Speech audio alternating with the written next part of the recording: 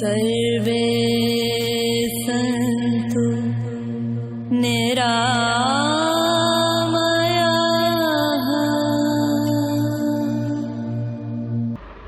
नमस्कार मित्रों, चलिए आज फिर बढ़ते हैं एक कदम और संपूर्ण स्वास्थ्य की तरफ। अभी मेरे एक निजी मित्र की मुझसे जिज्ञासा थी कि इतनी संपन्नता के बीच यह विपन्नता कैसे। आज टेक्नोलॉजी और भोग विलास के सभी साधन उपलब्ध हैं, लेकिन मनुष्य खुश नहीं है, मनुष्य शांत नहीं है, संतुलित नहीं है और स्वस्थ भी नहीं है। तो मेरा उससे एक छोटे रूप में ही उत्तर था कि आप सब्जी मंडी में हीरे तलाश रहे हो, आप सब्जी मंडी में हीरे खरीदने के लिए गए हो।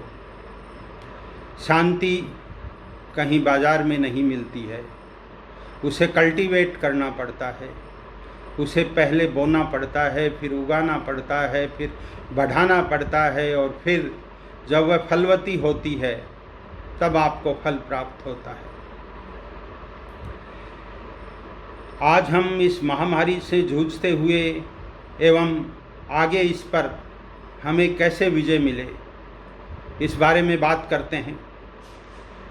मित्रों, जो भी हमारे पास उपलब्ध परिस्थिति है, गिवन सिचुएशंस हैं, उनमें हमें काम करना है और काम भी हमें स्वयं पर करना है। कोई दूसरा तुम्हारे लिए कार्य कर सकता है, लेकिन तुम्हारे ऊपर कार्य नहीं कर सकता। हमारा इम्यूनिटी सिस्टम है, इसे समझने के लिए हम पहले एक त्रिस्तरीय व्यवस्था की कल्पना करते हैं। जैसे ट्रेन में स्लीपर्स होते हैं, मनुष्य के पास शरीर है, मन है और आत्मा है। यह एक 3 स्तरीय व्यवस्था है, लेकिन इसमें मुख्य रूप से हमें अगर शरीर में प्रवेश करना है या मन में प्रवेश करना है तो हमें मन के माध्यम से ही आगे जाना पड़ेगा, जिसे विज्ञान भी मानता है, क्योंकि आत्मा तक उसकी कोई अप्रोच नहीं है और आत्मा के लिए अप्रोच भी सब्जेक्टिव चाहिए, ऑब्जेक्टिव नहीं, क्योंकि विज्ञान का कार्यक्षेत्र ऑब्जेक्टिव है। आज मनुष्य अपने मन के माध्यम से जो भी कुछ ग्रहण कर रहा है, उसमें सीधा वो हमारे ब्रेन में जाके स्टोर हो रहा है।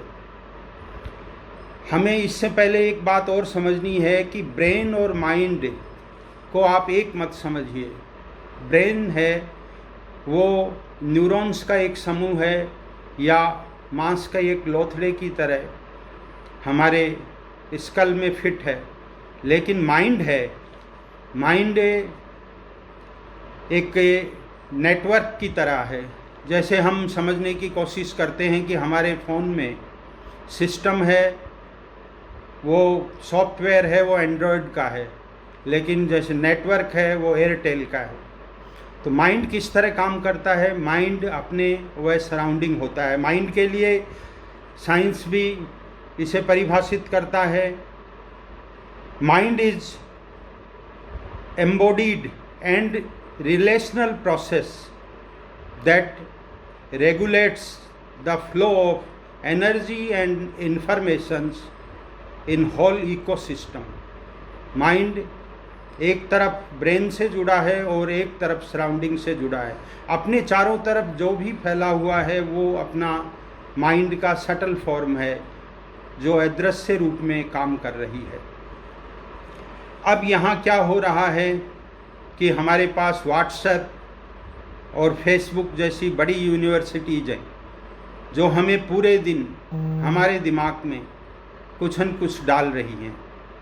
उसकी वजह से हम असुरक्षित महसूस कर रहे हैं, भयग्रस्त महसूस कर रहे हैं। हमारा जो ब्रेन है वो एक प्लास्टिक ब्रेन है। प्लास्टिक ब्रेन को आप इसी तरह से समझ सकते हैं जिसे हम न्यूरोप्लास्टिसिटी भी वैज्ञानिक कहते हैं, लेकिन एक प्लास्टिक की जो बोतल है वो प्लीएबल होती है। अगर हम उसे माइक्रोवेव में रख के एक खाली वाटर बोतल को और माइक्रोवेव चालू करते हैं तो वो थोड़ी घूम जाती है, मुड़ जाती है, डिसेप हो जाती है, तो प्लेएबल पोजीशन में वो होती है। इसी तरह हमारा जो ब्रेन है वो न्यूरोप्लास्टिसिटी वाला है, उसमें समय के अनुसार परिवर्तन आते रहते हैं। Our brain is being influenced, shaped and carved by what is happening in our day to day life। मित्रों, ये कार्विंग और ग्रूविंग क्या करती है? ये न्यूरो पाथवे जनरेट करती है। न्यूरो पाथवे जो हैं ये न्यूरॉन्स की एक श्रृंखला है। ये न्यूरल पाथवे जो है, इस पे एक रिसर्च हुई थी 1949 ने। डोनाल्ड हेब HEBB एक साइंटिस्ट ने यह खोज की थी कि neurons are wire together and fire together. Neurons की एक श्रृंखला है वो, क्योंकि मिलियंस, 100 बिलियन 200 बिलियन कितने भी बिलियंस ऑफ न्यूरॉन्स हमारे माइंड में हैं, लेकिन ट्रिलियंस उनके सर्किट्स हैं। तो ब्रेन में ये न्यूरॉन्स हैं, ये they are wire together and fire together. अब क्या होता है कि हमारे दिमाग में बाहर से कोई भी विचार जो आता है वो जितनी गहराई वाला विचार होगा, इमोशनली और स्ट्रॉन्ग विचार होगा, वो हमारे दिमाग के अंदर ग्रूव्स और सर्किट्स और न्यूरल पाथवेज क्रिएट कर देगा। अब जैसे कहीं कोई दूर कोई खांस रहा, छींक रहा है, तो हमें इससे कोरोना वायरस से जुड़ी हुई या इस बीमारी से भयभीत हमारे मन में जो इमेज है वो ट्रिगर होती है। उससे न्यूरल पाथवेज पे wire together and fire together reaction होता है, उससे डिकोडिंग होती है। डिकोडिंग होकर के हमारे मन में फिर उसी भय और असुरक्षा का संचार होता है, जिससे आयुर्वेद भी कहता है कि भय और असुरक्षा में आपके शरीर में पित्त बढ़ता है, वात बढ़ती है। वात बढ़ने से हमारे स्टोमक से रिलेटेड और नर्वस सिस्टम से रिलेटेड बहुत सारी परेशानियां जनरेट होती हैं। हम रात में ढंग से सो भी नहीं पाते हैं, हमारी इम्यूनिटी वीक होती है। दूसरी तरफ एक सेइंग है कि you can not stomach this thing. हम जिस तरह ब्रेन में या माइंड में जिस तरह किसी बात को पचाते हैं, वैसे ही हमारे स्टोमक में भी हर बात पचाई जाती। हर सेल के पास अपना एक ब्रेन है, तो हमें ये जो बात डाइजेस्ट नहीं होती है वो हमारे शरीर पर विपरीत प्रभाव छोड़ती है। ये सारा मैं इसलिए बता रहा हूँ कि हर चीज़ आपके इम्यून सिस्टम को कमज़ोर कर रही है। कोई भी चीज़ मनुष्य के, कोई भी क्रोनिक डिजीज मनुष्य के शरीर में आने के पहले वो उसके मस्तिष्क के माध्यम से न्यूरल पाथवेज के थ्रू आती है और आदमी आशंकित हो जाता है। इससे उसकी mental immunity as well as physical immunities दोनों प्रभावित होती हैं। अब इससे हमें इसको अंडन कैसे किया जाए, इससे छुटकारा कैसे पाया जाए? हमें ब्रेन की दोबारा रीवायरिंग करनी होगी। रीवायरिंग के लिए 2-3 अच्छे मेथड्स हैं। सबसे पहला है meditation. Meditation is the strongest way to train the mind. And दूसरा है विजुअलाइजेशन। विजुअलाइजेशन में आप किसी भी अच्छी चीज़ की कल्पना, अपने स्वस्थ रहने की कल्पना या विचारों का एक समूह होता है जिसको आप बार बार अपने मस्तिष्क में दोहरा कर माइंड की कंडीशनिंग करते हैं। जिस तरह बुरे लोगों का ब्रेन वॉश करके उनसे हत्याएं और बहुत कुछ ऑपरेशंस वगैरह कराए जा सकते हैं, तो क्या अच्छा व्यक्ति इन्हीं चीज़ों का फ़ायदा उठाकर पॉजिटिव डायरेक्शन में कुछ नहीं कर सकता? क्योंकि अध्यात्म भी यही कहता है कि all conflicts and sufferings are like surface waves upon the quiet ocean depth. ये सरफेस वेव्स की तरह समुद्र के ऊपर की लहरों की तरह कंपन कर रही है, लेकिन गहराई में तो समुद्र शांत है और हमेशा शांत रहता है। इसलिए इसकी अप्रोच हमारे गहरे दिमाग तक या हमारी आत्मा तक नहीं है। इसलिए हम इसे रिपेयर कर सकते हैं, सुधार सकते हैं। दूसरा, आजकल लोग बहुत चिंतित हैं व्यापार का, अर्थव्यवस्था का, सुरक्षा का, भविष्य के अंदर समाज में भी धन के अभाव में मनुष्य की मनोस्थिति का पतन होगा। तो चाणक्य ने इसमें भी एक सूत्र कहा था, या चाणक्य नीति जो बाद में अर्थनीति या अर्थशास्त्र के नाम से जानी जाती है, कि सुखस्य मूलम धर्मम, धर्मस्य मूलम अर्थम, अर्थस्य मूलम राज्यम, राज्यस्य मूलम इंद्रिय जय। कि राज्य में सत्ता में बैठे हुए लोग या जो लोग एडमिनिस्ट्रेशन में हैं, व्यवस्थाओं में हैं, उन लोगों को इंद्रिय जय या अपने पर सभी तरह की मन, वचन और कर्म से बेईमानी को छोड़कर, और इन परिस्थितियों में और भी जो कुछ पाठ हमें इस कोरोना वायरस ने या इस महामारी ने मनुष्य की दुर्गति का सिखाया है, उससे कुछ सबक लेके उन्हें नियमित और संयमित होकर अपने कार्य करने चाहिए। उससे राज्य का उत्थान होगा, राज्य से अर्थ का उत्थान होगा, अर्थ से धर्म का उत्थान होगा, और धर्म ही सुख को प्रदान कर सकता है। गीता भी इसी की पुनरावृत्ति करती है। गीता कहती है कि श्रद्धावान लभते ज्ञानम तत्पर है संयत इंद्रिय। श्रद्धावान, ये आम नागरिक को भी अपने ऊपर, समाज के ऊपर भरोसा रखना चाहिए, न कि असुरक्षा में अपने आप को और अस्थिर समझना चाहिए। श्रद्धावान ही ज्ञान को प्राप्त होते हैं और तत्पर संयत इंद्रिय होते हैं। और ज्ञानम लब्ध हुआ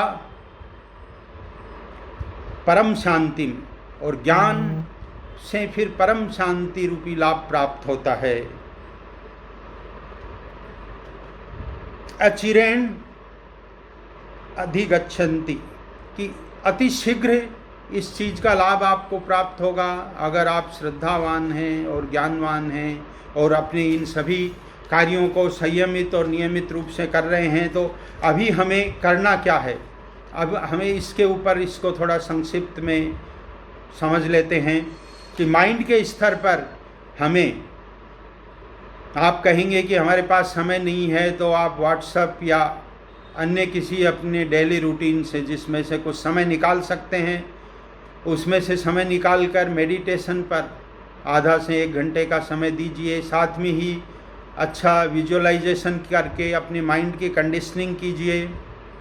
शारीरिक स्तर पर कुछ प्राणायाम या व्यायाम कीजिए ताकि आपका शरीर स्वस्थ रह सके और आपकी immune power, physical immune power बढ़ सके।